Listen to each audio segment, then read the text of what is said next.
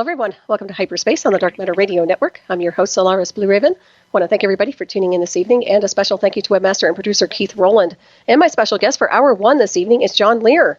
And Jeremy Corbell will be rescheduling with us another time to discuss his latest projects, but tonight we're going to focus on John. And let me get you his bio here. Of course, everybody knows who John is. John Lear, a former captain for several different major airlines, has flown over 160 different types of aircraft in over 50 different countries. He holds 17 world speed records in the Lear Jet and is the only pilot ever to hold every Airman certificate issued by the Federal Aviation Administration. Mr. Lear has flown missions worldwide for the CIA and other government agencies. A former Nevada state senator candidate, he is the son of William P. Lear, designer of the Lear Jet executive airplane, the 8-track stereo, and founder of Lear Incorporated. John became interested in the subject of UFOs after talking with United States Air Force personnel who had witnessed a UFO landing at Bentwaters Air Force Base near London, England. And his quote is, "I try to live with integrity and without envy, hate, or greed." That's a great quote. And please welcome John. Oh, and his website is therealjohnlear.com. And please welcome John to the show tonight. Hi, John. Hi, how you doing? I'm great. How are you? Oh, pretty good. Well, good. It's wonderful to have you on. It's quite the honor, as always, and thank you for joining us tonight. Okay, my pleasure. Yeah, that's really, really nice. So what are you working on as of recent? What have you been involved in? Well, I just kind of stick with the moon and looking at the pictures that I have. A guy in England took some pictures for us with a 10-inch scope and 192 close-up pictures, and then he put them all together on a computer so that we can look at them. And there's just all kinds of cool stuff up there. There's, cities and buildings and bridges, arches, all kinds of cool stuff. And it's also I have a lot of pictures for the far side, but a lot of this stuff is on the side that we can see, the near side. But people say, well, why can't we see them with a telescope? Well, because telescopes aren't strong enough to bring into resolution that kind of buildings or anything like that. Mm-hmm. Right. And are these ours, John? Are these? These pictures that I work with were taken by NASA in 1965 through 1967, called the Lunar Orbiter Series. Lockheed produced camera that orbited the moon. There was 5 of them, Lunar Orbiter 1, 2, 3, 4, and 5, and they sent back thousands of pictures. And in those days, NASA wasn't real sure what, if anything, was on the moon, so they didn't bother to really carefully airbrush the offensive material, as they call it. They didn't airbrush it real carefully like they do today. So if you buy NASA pictures that were printed pre-1970, there's a lot of stuff that they missed airbrushing out. And that's where I get a lot of my stuff from. Of course, these days, any pictures that they have are digitally made to remove any offensive material like towns and cities and stuff like that. Mm-hmm. So it definitely sounds like the moon is occupied. Now, the question is, are those structures ours, or are they something that was already there before? No, that was built a long time ago. The humans on the moon, they're not from Earth. They're from somewhere else, and I don't know where it was. The moon was actually built 38 billion years ago on Jupiter. Jupiter's where they build satellites like this. The moon is actually a satellite. And then it was towed around to different places in our solar system doing several monitoring jobs, and then ended up here on Earth, at least this time, 15,000 years ago.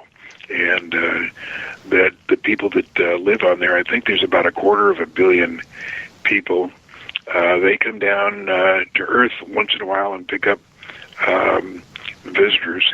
For instance, Howard Menger in 1956 went on a 2-week tour of the moon and wrote a book called From Outer Space to You, and it's pretty interesting. Howard died a couple of years ago, but he did give us a lot of interesting information about the moon. Number one, that the gravity is much stronger than NASA says. NASA says it's 1/6 that of Earth, but actually it's 68% that of Earth. And which means that the Apollo missions could have never gone because they would have never had enough fuel to, number one, land, and number two, take off, and number three, come back. So that's pretty much a hoax. And somebody sent me some video yesterday that NASA is now saying that, not saying that they didn't go to the moon, but saying it would be impossible to go through the Van Allen belt. And it's the first time we've heard him say that. Wow. Yeah, it's really disconcerting when you realize that everything has been kind of a lie and a game of deception. I mean, it's just very frustrating, and yet you have all this information. Now, I've also heard that the moon was towed in also around that timeline that you're talking about, so that makes a lot of sense to me.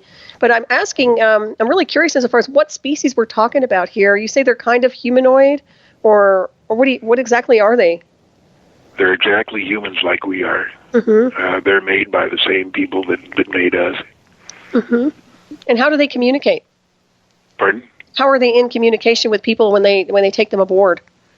By telepathy. They're pretty far advanced, and they communicate by telepathy. And now this was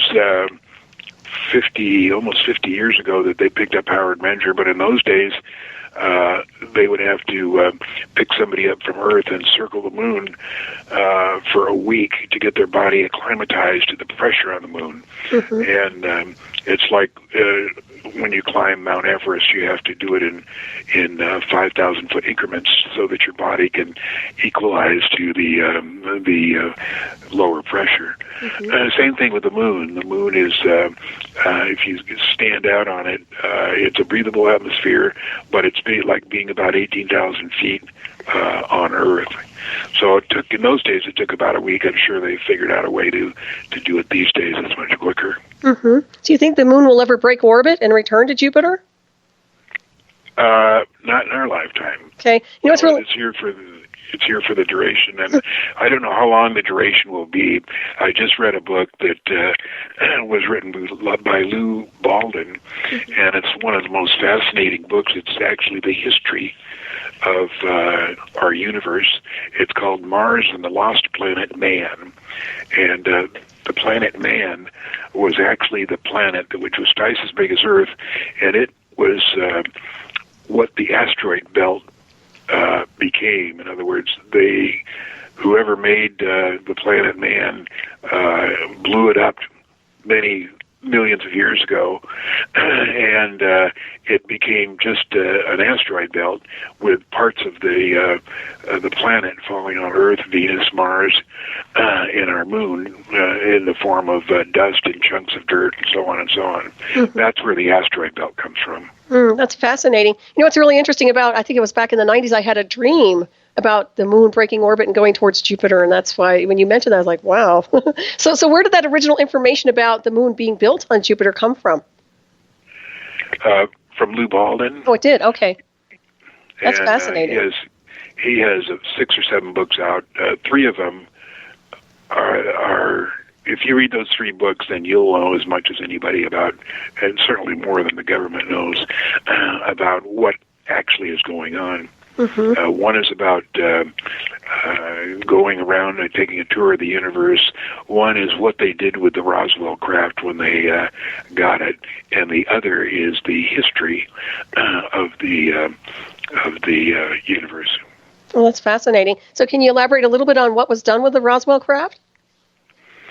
Yeah, they took it to Los Alamos and tried to take pieces off it to see what they did. There was a kind of a module in the center of the thing that had numbers like 1 through 50. They weren't numbers like we have, but they had their form of numbers. And if you took a piece off or out of the craft, that light would go out, and it wouldn't come back again unless you brought the piece in.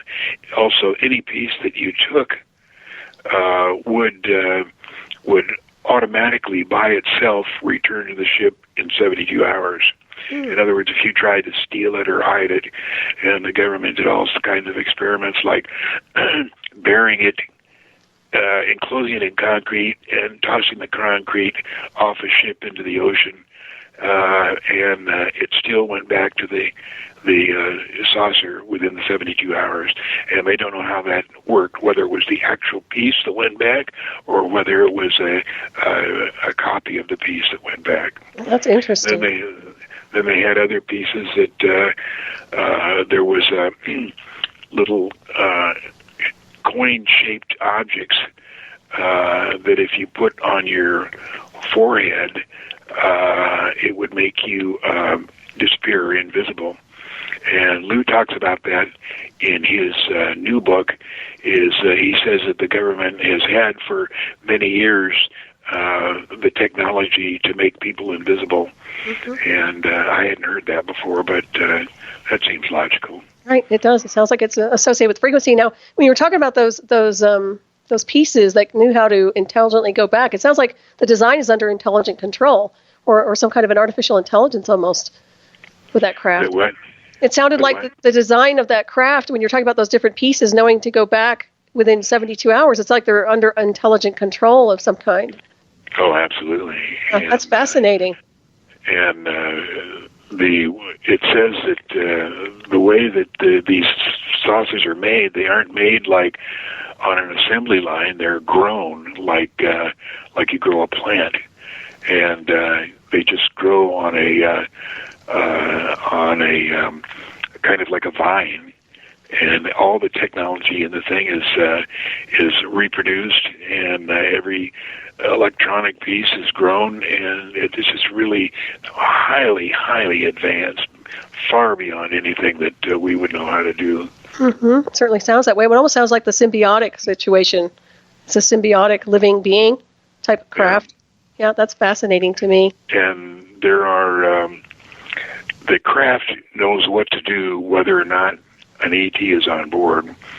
For instance, during the Afghan war, they found one of these craft in one of the tunnels under the surface of the desert, and there's a book that was written by, I'm trying to think who the author was, Caravans, and it was about the history of Afghanistan and Kabul, and I was flying into Afghanistan at this time and reading the book, and it was just really, really interesting. But in one part of the book, it talks about finding these huge, large under the surface reservoir and tunnels for water, and there was no water anymore. But at one time there was, and they used to irrigate the whole plan with these, the whole area with these tunnels.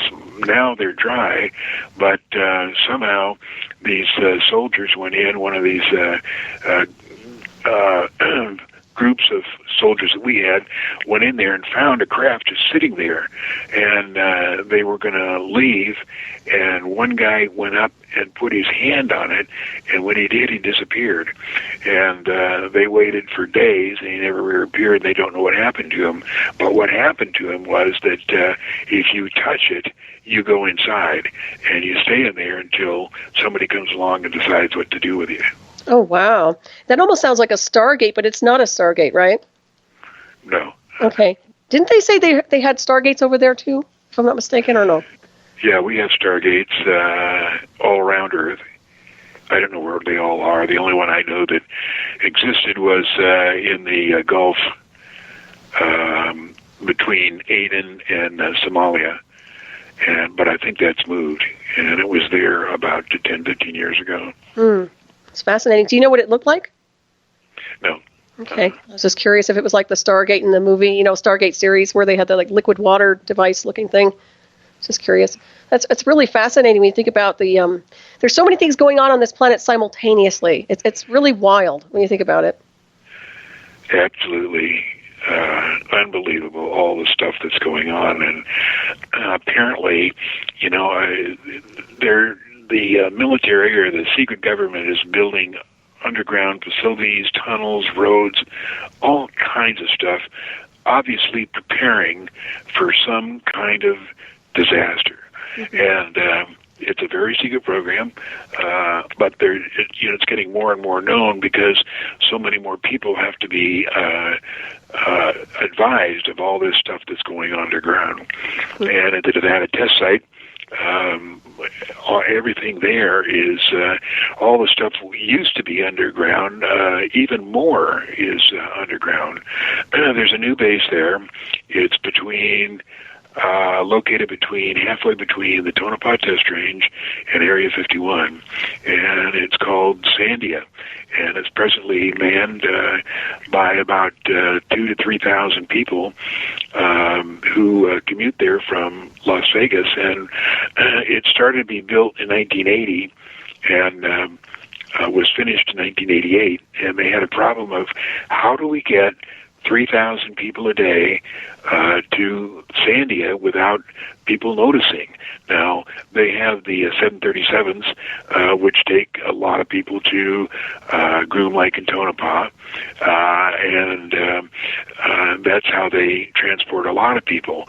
And the idea was, well, we could get more airplanes, but then people would notice, well, where are all these extra people going?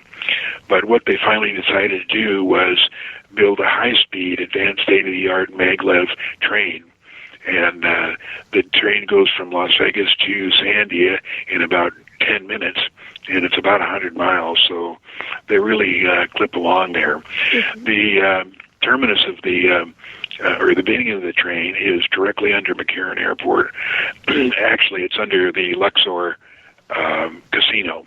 And the McCarran operations for the secret government is right there on the north end, on the west side of the airport. That's where the 737s leave from. There's a walkway that goes from there underground to the Luxor, and that's where people can board the train. The train then goes to the Bellagio, underneath the Bellagio, and even more people can get on.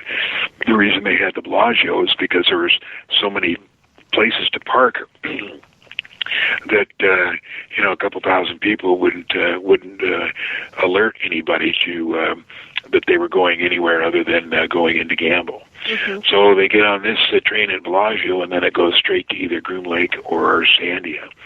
And this was built, like I say, in 1985. There was a lot of deep drilling on it. In 2004, there was an accident, and what it did is they were digging to enlarge the terminal underneath the Bellagio Hotel, and they accidentally dug 25 feet lower than they were supposed to, and they hit the main power grid of the Bellagio and knocked out their power for 3 days. Well, if you can imagine how serious that is, a casino cannot lose that much power for 3 days. Yeah. So many things, millions and billions of dollars disappear, and so they had to emergency get everybody to help fix this, and they had to sign these non-disclosure alert forms. Everybody that was told about this, and a lot of people were informed about this that had no idea that there was a secret underground train being built. But they were able to keep it pretty well covered up. And I had talked to some people who worked on the program, and they said that there was at least 3 entire hotels that were built to hide the construction of the underground railway between the Luxor and Bellagio. And one of the hotels was the Echelon, another was the Black Box, and there was another one, and all those were just built. They got them all built, and then they started taking them down. They said that they weren't able to get any financing, and the economy was bad, so they couldn't continue the program, and so they had to take it apart.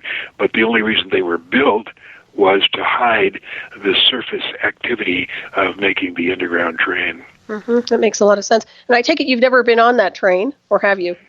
No, I haven't been on it, but I've talked to people that have, and they say it really zips along. Oh. He said there's no indication of speed other than the lights that go by every couple of seconds and give an indication that it's really moving along. Wow, awesome. So how do they identify their personnel in the underground? Are they chipped in some way or marked? I mean, how are these people identified? Is there such a thing? I don't know. They obviously have a badge. And when they walk into the Bellagio, there's an elevator that's located in the main elevator group there. The one on the far left is the one that goes down to the train, and there's a guard standing there. And he looks, I don't know what kind of identification they have, but he be sure that everybody that moves towards that elevator has the proper identification. And then they get in the elevator and go down to the station where the trains come. That's pretty interesting. It amazes me that you were never involved in this. I mean, insofar as working for these guys, were you ever offered that position? Yeah, in 1966, a friend of mine used to own Carco. Carco was the contractor that would take people up to Groom Lake in airplanes. In those days, they used strictly.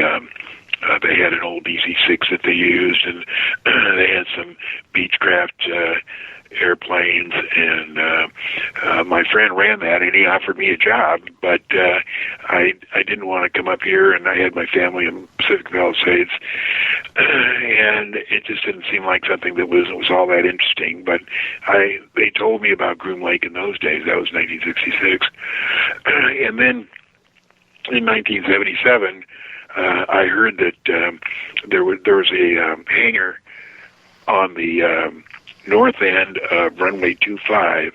It was sat all by itself, and there was a B-26 and an OV-10 parked in there. And the OV-10 is a North American twin-engine turboprop, and of course the B-26 was used in the Korean War, and it was a great old airplane. I used to have one, and I was rated for it. So I'd heard that they were looking for pilots, and I walked into the hangar there and got hired as a part-time pilot, and I flew those airplanes around the test site for doing various jobs. And one of the jobs was when they shot off underground tests, I would fly over and circle in case there was a vent or an accidental vent where the residue comes through the ground, escapes into the air. And we had all kinds of sensors on the airplane that would pick up this stuff, and we'd take it back to McCarran, and they'd analyze it and see how much problem there was for the population that it would hit. Unfortunately, we never had a event happen while I was there. But during the time that I flew there, I watched this Sandia being built, and then I didn't know what it was. I just knew that something enormous was happening because they were removing top of a top of a mountainside, or a mountain, top of a mountain, and it turned everything white. And it was absolutely enormous, and I didn't talk too much with the guys that, or the one guy that flew with me. He was a general, and he probably would have reported anything I said, but obviously something was going on, and only years later did I connect that it was Sandia that we're building, and it was completed in 1987, and that's when the trains started rolling, and they roll on today. There's another secret base that was built the same time as Groom Lake, but it's not as well known, and it's in far northern Nevada, about 44 miles south of Wendover, Utah, in Nevada, and that's where all the really super black secret airplanes, the triangles and stuff like that, fly, and it's hidden, helped hidden by holographic projections.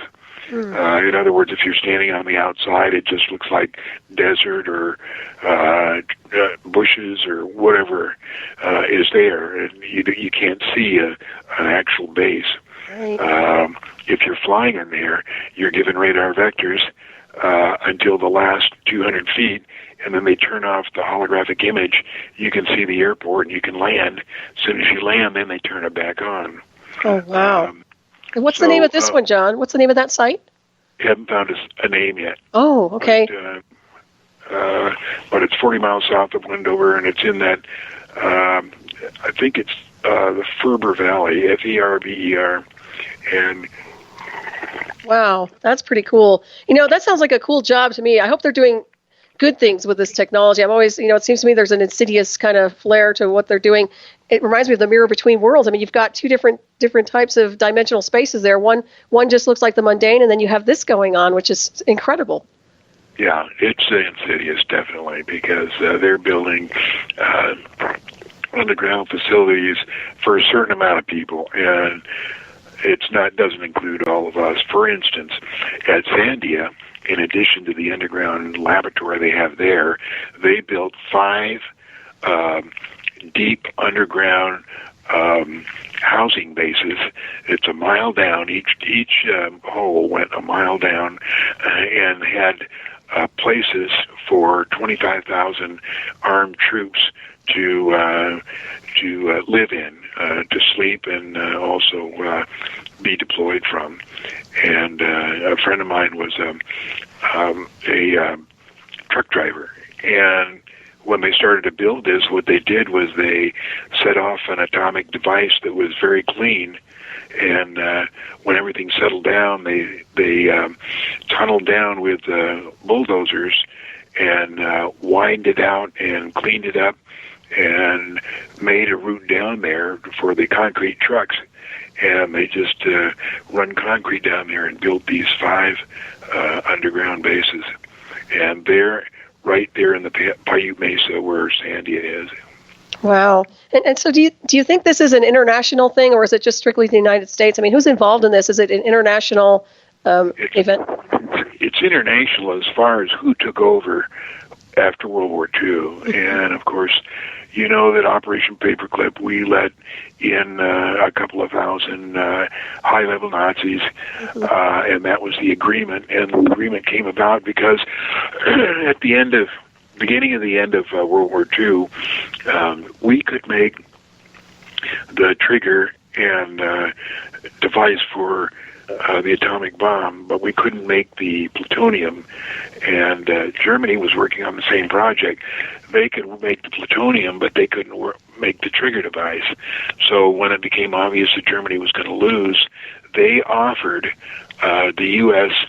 the plutonium to finish the bomb and bomb Japan if we would allow 2,000 of their Nazi SS people to come in and be U.S. citizens.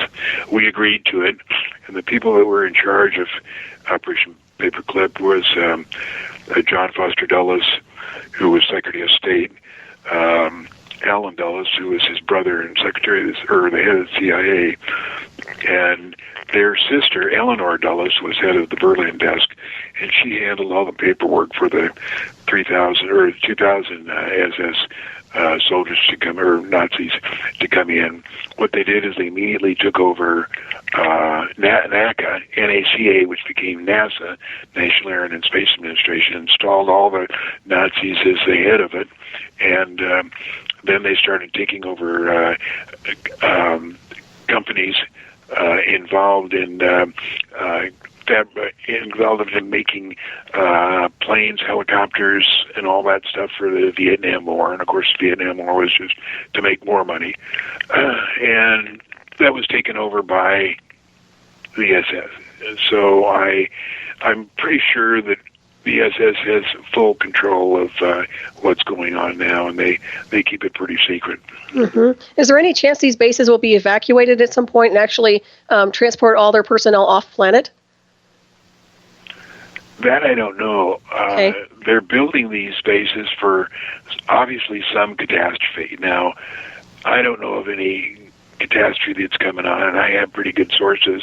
So I think what they've been hoodwinked by some kind of some ET that has told them that they got to get ready because this disaster is going to come, and they got to get ready for it.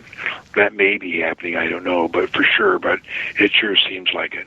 Right. Well, it certainly seems like there's a lot going on the ground insofar as what's happening with us here, above ground. I mean, with all the things that are happening, weaponization of technology and, weaponization of vaccines, whatever they're doing. So it seems to me like there is something happening to some degree. Now, I know you guys you and Jeremy were working on the Immaculate Deception. And of course, I'm wondering, is your biography incorporated into that? Yes. It is. Okay. Yeah, Great, because I mean, you have so much information and so much wisdom, and I have so much respect for you. I want to make sure that you put out a biography, John. You have to put your information out there for everybody because it's such a time capsule. Yeah. I mean, I really appreciate what you do. So thank you for everything that you've been doing here, and it's really an honor to interview you, actually. I could talk to you for hours, and I know I only have an hour with you, but that's okay. But yeah, and when you were doing the planes, when you were flying the planes, you probably did aerial mapping, didn't you, or no? Aerial surveying, remote photography, or anything like that? On this particular contract, no. We were just monitoring the test site. Okay. And also we did some work for EPA. We'd go out and there was the infamous white cloud over Henderson. They were trying to identify what that was made up of. And we do certain projects for the EPA. We'd fly out to the Glen Canyon Dam and monitor the Glen Canyon power facility out there. And one of the things we would do is fly directly over the power facility and then fly an S pattern in the direction the wind was going to see what the containment of of all the particles were as it pressed on down towards Arizona. Mm-hmm. Wow, that's pretty incredible. So when you were observing it at some point, when you were observing the craft, the experimental craft, did you ever notice an alien intelligence or an operator in the craft? No, I didn't know anything about UFOs or any of that stuff then. That was in 1980, 81, 82, and 83, and I didn't get interested in all that stuff until like 1985. It's fascinating, yeah. I'm playing catch up right now, so very interesting stuff that's been going on right under everybody's nose here on this planet. Yeah, actually, it's amazing how much stuff is going. Every time you turn around, there's some weird deal, like this MH Malaysian 370 that disappeared, and people still ask where it was. Well, I know exactly where it was, and there's so much evidence that it's there, and actually what had happened, it was flown either with the complicity of the crew or without it. Somehow it ended up in Israel, and it stayed there for 3 or 4 weeks while they outfitted the electronics with the flight controls so that they could control it with an airplane flying alongside it. And the bodies, I think there was 290 bodies, were just rotting inside. Now, those bodies were in it when it eventually crashed in Ukraine, but just in the last couple of days, we've seen that they've been using fresh cadavers for something that they need for body parts, and that possibly could be what they use those bodies for, if anything. But what happened is all this work was done in Israel, and then when the MH17 was supposedly take off, it never did, but MH370 was taken off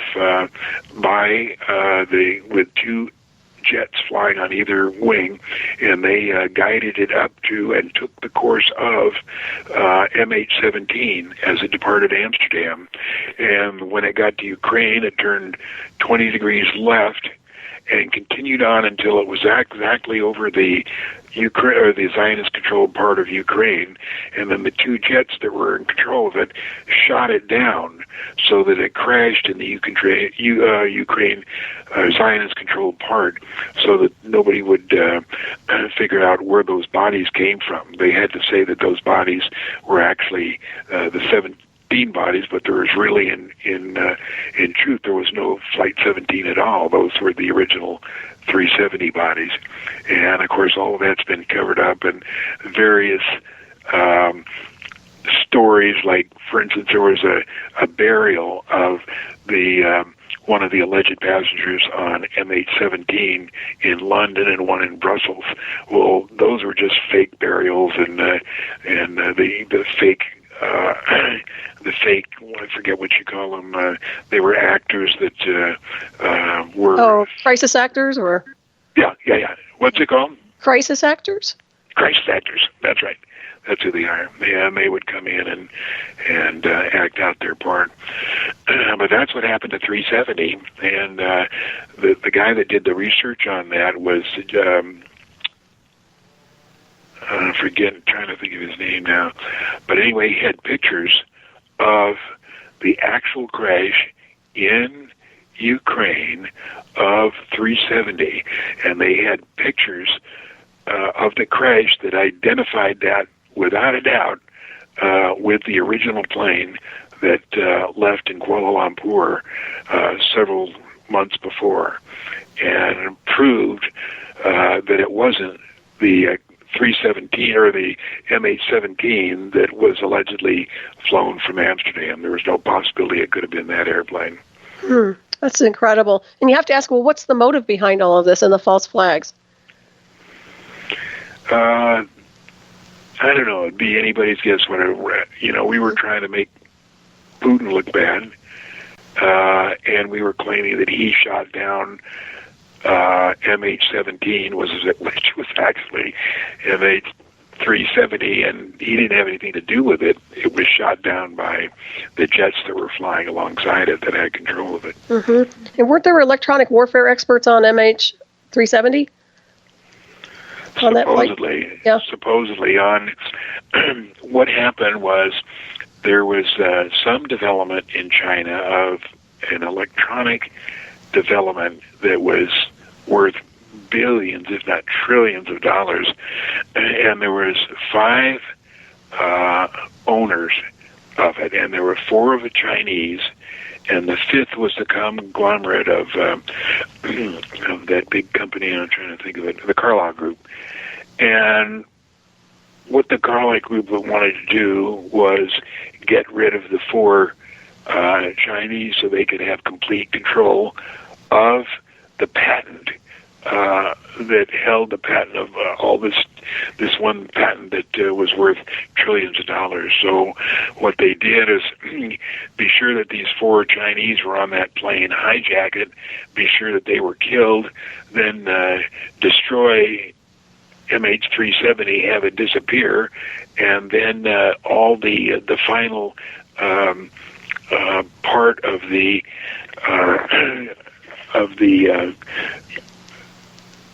final part of this secret development would belong only to the Carlyle Group, which is what happened. So that was the reason for the 370.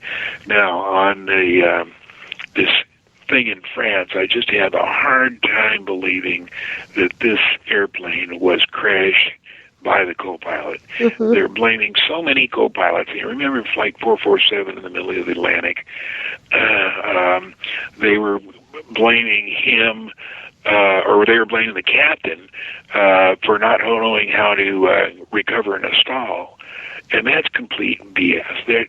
The captain knows how to deliver in a stall. And also, I saw pictures while this is all going on of the bodies when they were being unloaded there after they were recovered in, I think it was Brazil. Mm-hmm. And those passengers were in the brace position, which means that they knew well ahead of advance that they were going to land on the water, which doesn't support the theory that the captain was fighting the airplane all the way down. He probably had control, but trying to land on the surface of the water in the Atlantic would be pretty near impossible, and the whole problem was caused by an error in the pitot tubes. The pitot tubes are which control the airspeed and various parts of all the electronics that control the airplane. Mm-hmm. And of course, if you lose that at night, which it was, it'd be very difficult to keep control of that airplane. So I'm sure the captain had his hands full. But then we have there was another crash blamed on a pilot. Now we have this third one that happened in the German stuff. These are all Airbuses, and they all, I think, are protecting the Airbus from any claims by blaming it on the pilots or the crews themselves, which is, I don't believe it. No, I tend to agree with you on that one. And of course, coming from your expertise, you would know. If anybody would know, I would think it'd be you, so far as being able to assess that whole thing. Oh yeah, the other one was the Egypt air crash in the middle of the Atlantic. The one that supposedly the co-pilot flew into the Atlantic. So now we have two co-pilots committing suicide. It's ridiculous. Yeah, I smell a rat. Somebody else has got another plan. I just can't believe it. Right. It seems to me, yeah, it's kind of like chaos in motion. We're dealing with some really strange things around here. Now, do you keep personal journals, or have you kept them over the years pertaining to your research and all of your knowledge?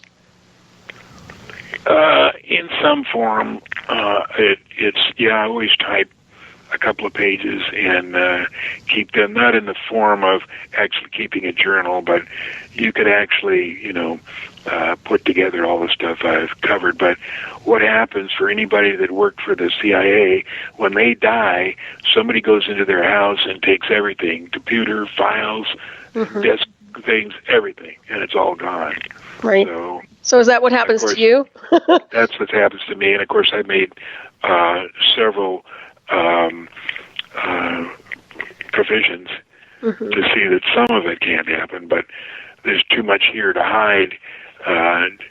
All of a sudden, if I were to croak and to get rid of it in the next 24 hours would be difficult, because I have like 5 4-drawer legal file cabinets full of information, and it contains information of how I got to where I am. And it's old information, but it would be interesting for somebody to go through someday. Oh yeah, you're incredible. I mean, I just love interviewing you. You have so much knowledge, so much wisdom. Yeah, I really appreciate it. And we have a question now. Mike actually asked me to ask you a special question here. He wants to know who makes our soul, or if you know, and who is the being or alien race that is above the grays that control our souls and judge us when we die? And are we an ant farm to them? And why do these aliens care so much about our souls? That's kind of...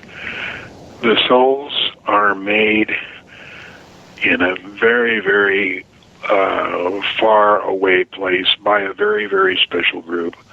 And there's trillions of different ETs different types of ETs involved in this, but the people who control the souls are completely separate, and they more or less have control of the souls. The grays that you hear about, they're just robots or very advanced cybernetic organisms, and they work both for good ETs and bad ETs. And yes, they were built on Zeta Reticuli, and yes, they do a lot of work for either one, whichever has employed them.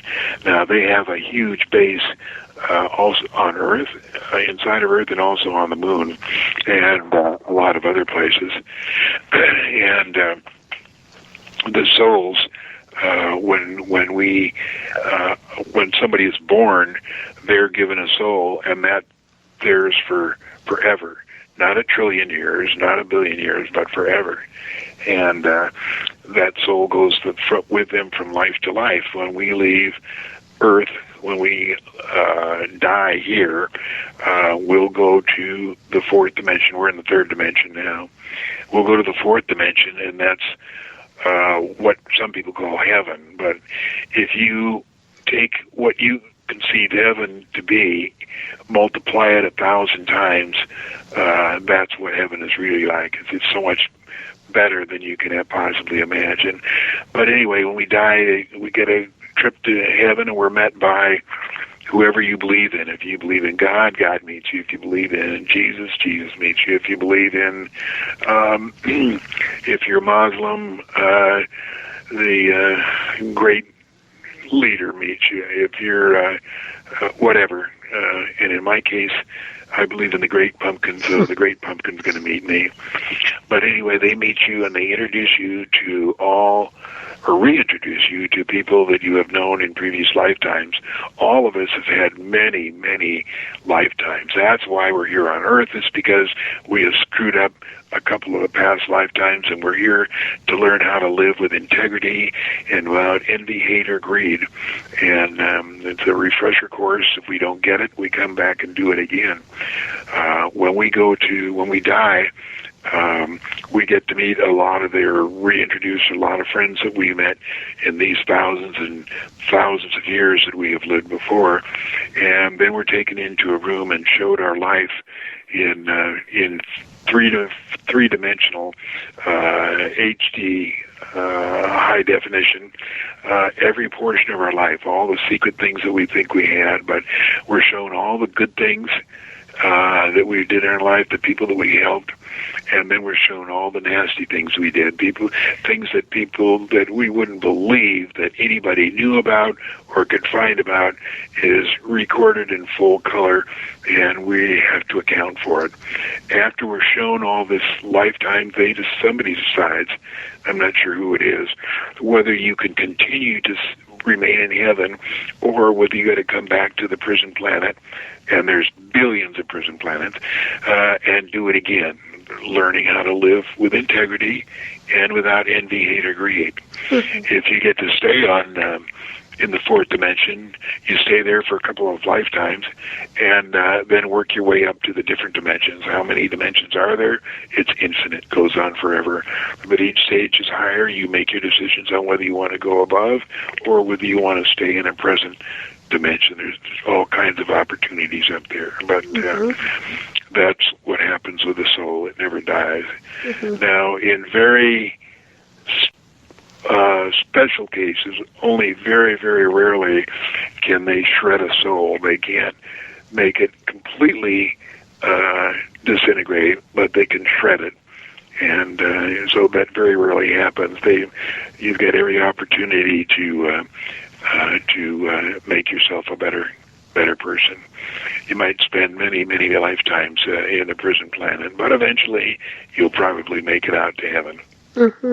Yeah, I believe the souls are immortal as well. And I know in a preview clip, I think it was the Immaculate Deception, you quoted, it does not just happen, it is written the exact second that we are going to die. I think that's a really interesting quote. And what does that exactly mean? It just means that you don't have to worry about whether you smoke or whether you're vegetarian or what you eat or anything like that, that you're going to die at that exact second, whether you like it or not. And that's part of what those little robots, those little grays do. If you're in an accident, and I've been in two, where I should have died, but I didn't.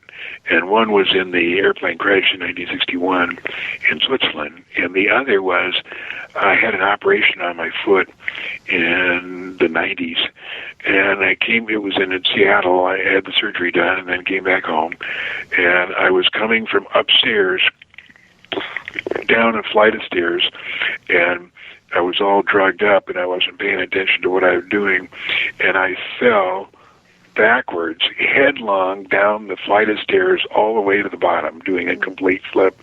And I was absolutely not hurt in any way. And my daughter, whose room was at the top of the stairs, he said, Dad, are you hurt? And I got to thinking what just happened to me. I said, no, I'm okay. There weren't any bumps or bruises or anything like that. So what they can do is be sure that you don't die until that time that you're supposed to die. Now, if you're just walking along the street and it's your time to die, but nothing looks like it's going to happen, then the Greys are the ones that push you in front of the Greyhound bus. That's very interesting. Wow. To be sure that you go. Mm-hmm. So, intervention in a negative way, I suppose. And we've heard a lot of people who have been in near-death experiences, and they're told, it's not your time, you've got to go back. And that's all true. Right. Yeah, and do you think these extraterrestrials have a soul? I know you mentioned the Greys are kind of engineered. What about the other ones? The other one, what? What about other species out there? Do they have souls as well, do you think? Yes. Most of them do. The Greys don't. They don't have souls. They have something that's like it, but real souls are for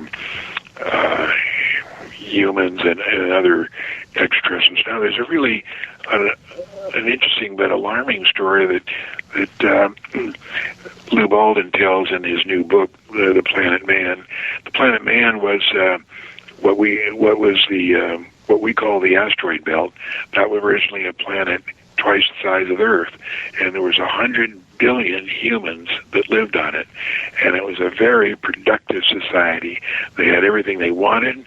They were the people that controlled the flow of commerce between all of the planets in our solar system, and there's not 9, as NASA tells you, there's 40. And they're the ones that controlled a bunch of stuff. They had streets lined with gold, and just a fantastic society.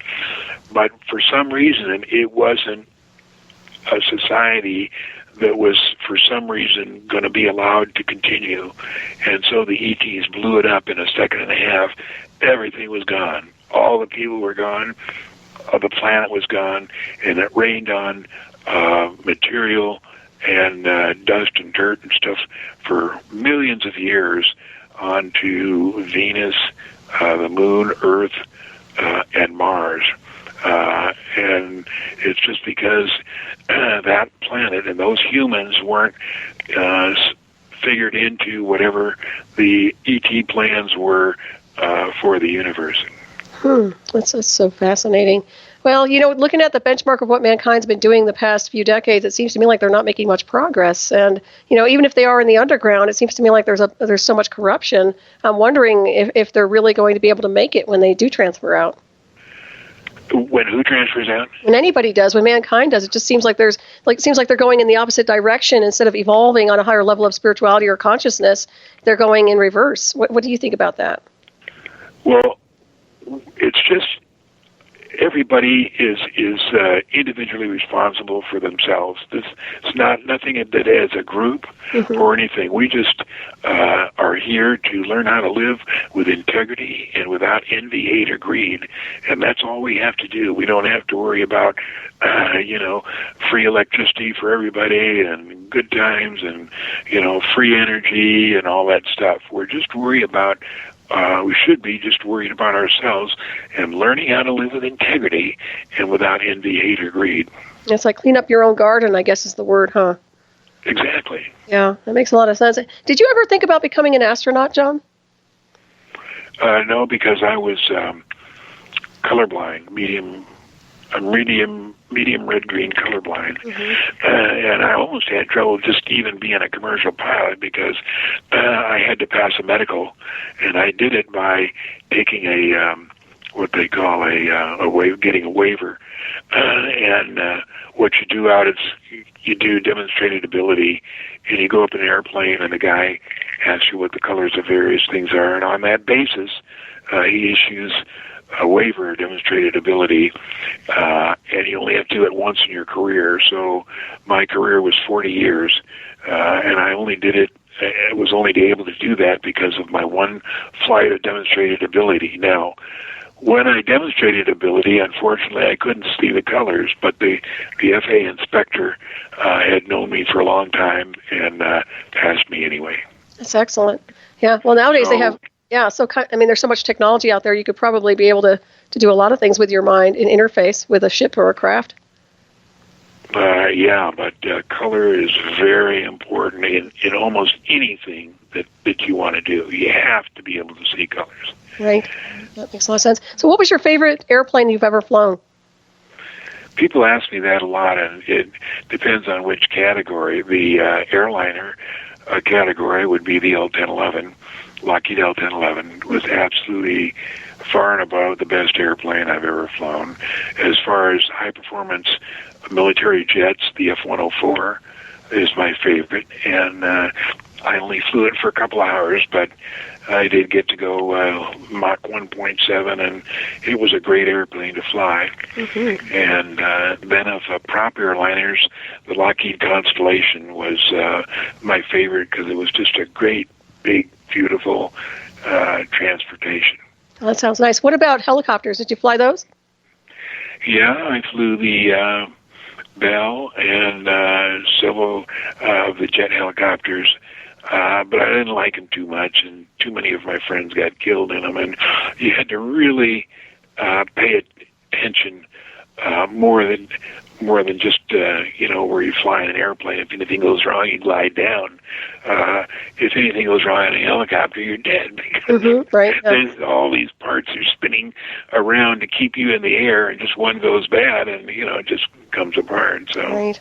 And you know what, John? We're getting ready to wrap this hour up pretty soon, but I have to thank you so much for being with us tonight. It's been awesome to have you on as always here. It's my pleasure. Ask me anytime, and I'll be here. Great. And we have a few more minutes here, but I just want to say that ahead of time. So what are your thoughts on the black technology insofar as why they're not revealing anything at this point in the continuum? I mean, it seems to me everybody knows what's going on. So why is it still being hidden? Because the ETs that are involved are in control of Earth at this time. Just want us to stay in the undeveloped part. They don't want any new energy stuff or really advanced stuff. That's for some of the high-level Earth governments and military people. That it doesn't water down to us. Mm-hmm. Now, what was the question? No, that was the question. I was just wondering why all this obfuscation and why they can't just come clean. It seems to me there's so many MyLabs and people being contacted in some form or another. It would make more sense to just open the door and allow everybody to understand what's really going on so we can all evolve. No, they don't want to do that. It's a secret. Always be a secret, and none of our business. And that's fine because really, like I say, it's just living to learn how to live with integrity and without envy, hate, or greed. That envy, hate, or greed is really our goal. Mm-hmm. And whether it's easy or difficult, we got to do it. Right, I agree. Well, I think that boils down to love, unconditional love in some form or design. Absolutely. I think that's what it's about in general. And once again, it's just the little things. I forgot to say that it's learning to live with integrity, learning to live without envy, hate, or greed, and loving your family each and every day, all day long. Mm-hmm. Appreciate the moments. Yeah, it is a sacred. Expressing your love. Right. And that's very important. Yes, it is. And once again, I want to thank you again for joining us tonight. It's been wonderful to have you. So you take care and take care of your family, and we'll talk soon. And thank you. Yeah, thanks, John. And for everybody who's tuned in, I had a guest for hour 2, but he's unable to make it. He's running late. So what we're going to do is we're going to queue up a show with Michio. I know I said that. Michio Kaku. Our Time Machine's Possible. So anyways, that's going to be coming up next, everybody. So please stay tuned and listen to that. And I guess that's about it. Let me know, Keith, when we're ready to roll out of here. I'm a little lost on time and the illusion of. So thank you, everybody. Have a great week. And thank you, Keith. And thank you again, John.